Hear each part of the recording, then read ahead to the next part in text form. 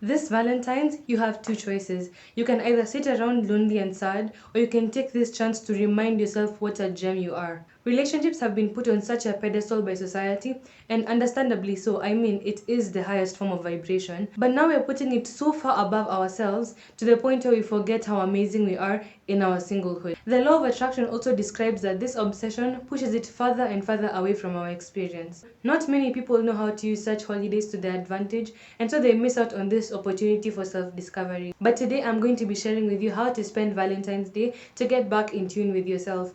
As a bonus, if you're feeling lost or stuck or lonely in your self-love journey, I also have a message for you. Hi friend, welcome back to my bedroom. As you can see, I'm in the middle of doing my hair. In case you haven't met before, hi, my name is Ollie. Welcome to a community where we share how to live authentically and how to level up in our self-improvement journeys. Valentine's and February used to be the absolute worst time of the year for me. It was a reminder of what I always wanted but felt I could never have. I used to be very dissatisfied with life, and I had this belief that when I got into a loving, caring relationship that was exactly how I wanted it, my life would suddenly shift. Last year I had the biggest breakthrough ever. I managed to get over my limerent tendencies, and ever since then I have been experiencing life with so much happiness and so much joy.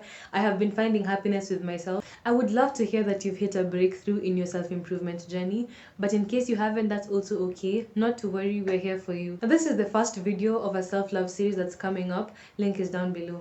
Step number 1, choose a venue, place and time. This may seem obvious, but if you don't do certain things right, you may not optimize this chance. Now is the time where everyone's Instagram story and their lockets are filled with the most beautiful, aesthetic, and extravagant pictures, but does it really align with you? This time you've chosen to spend Valentine's on yourself, so it doesn't really make sense to go ahead and do what everybody else is doing or to do something because other people are doing it. This includes your budget. There's a scale from how little you can use to still enjoy the day and how much you can use to the point where you feel like you've overspent and you haven't left enough for the rest of the year or the rest of the month. Second thing to consider, how much socializing do you want to do? Do you want to hang out with family and friends?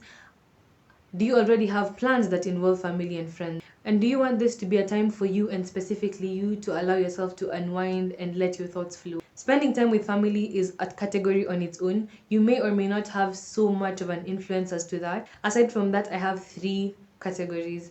Are you going for something fun and adventurous, something relaxed and minimalistic, or something that involves giving back to society? Category 1 would involve things like amusement parks, spending time with friends, visiting new places, etc. If you're going for something a bit more social, you could choose to go to like a fancy restaurant or go to the movies. Or something less social, you can go to a spa, have a solo picnic, or spend time at home. Aside from romance and self-love, I feel like we could also choose to spend Valentine's helping society. So visiting a children's home is definitely something that I thought of while filming this video, and I think I should do that. Here's a list of things that you can do, but if you're still having trouble picking, no worries. The next part is probably the most important part because it hones into more of how you're feeling and what emotions you want to feel on that day. So how is it that you're going to make this day special? Regardless of what you choose, there's a chance that you've done it before. So what's going to be the difference? The key to actually experiencing the change is to be present.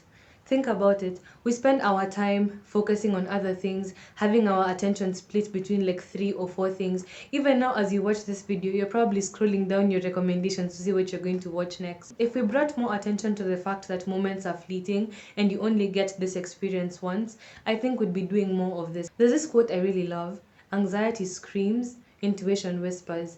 More often than not, our intuition is drowned by all the noise going on around us. This noise could be external or even all the thoughts churning through your head at a specific time. So slow down. If you choose to watch a movie, be fully invested in the characters. Taste the popcorn as though you've never tasted it before. It's difficult to fully understand the gift of being present until you experience it. The time when you receive a mental download, something that you've never even thought about before. Such realizations only come when we are quiet enough to hear them.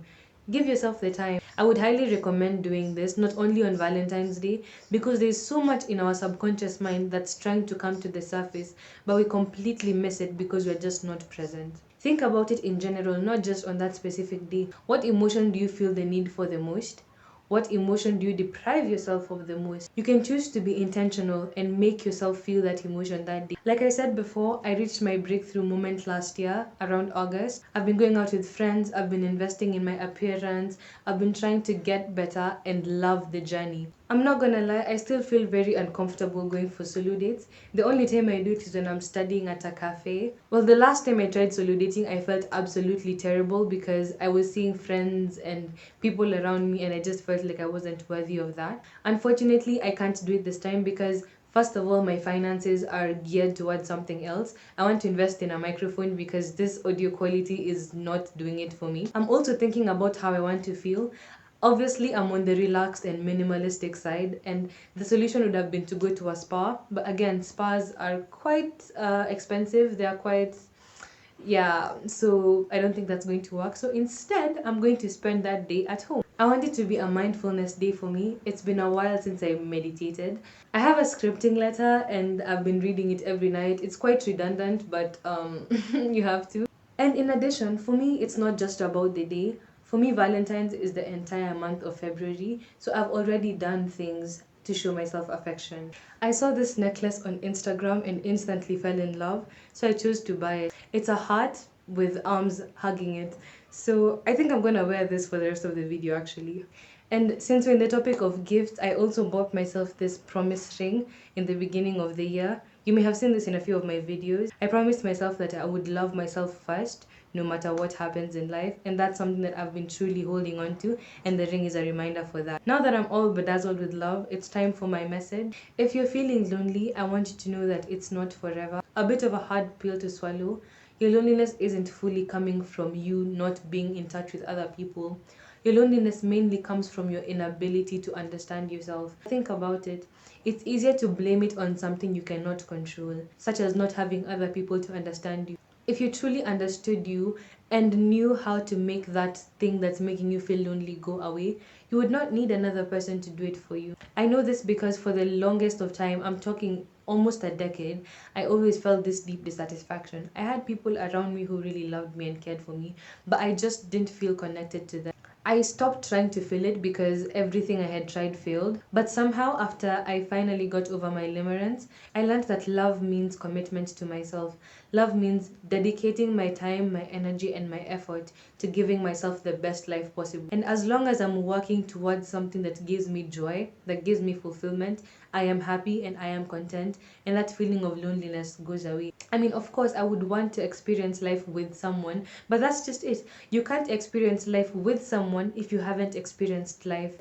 You haven't built your own life, so what is that other person going to come and help you do? This person is meant to bring you closer to yourself. So, how are they going to bring you closer to yourself if you don't even know who you are? If you're feeling stuck, that's also okay. Maybe this is life telling you that you need to slow down. Maybe life is telling you to stop and smell the roses. You've been trying and trying to improve yourself and improve your situation for so long, you have not stopped to breathe. Sometimes it feels like when we stop, whatever we're running from is going to catch up. But that's just the thing. As long as you're running, it's going to chase. But what if you just stopped for a minute, breathe, and turned around? More often than I scare myself sometimes. More often than not, you will realize that whatever you're running from isn't even as strong as you. The only reason why it has power over you is because you believe it has power over you. But the moment you stop, turn around and face it head on, you realize how much power you actually have. Courage isn't the absence of fear. Courage is doing what you need to do despite the fear. And always remember, there are higher forces watching over us all the time. We are always guided and protected. God is always showing you the path. You may not consciously pick up on it, but I promise you, you are on the right track. You are not alone. If this video has resonated with you, please check out the playlist. The theme and the tune is very similar to this one, so I'm sure you'll find a bit of value there. If you'd like more tips on how to navigate the lonely phase of healing, then this video is for you. Thank you so much for being here. I love you and take care.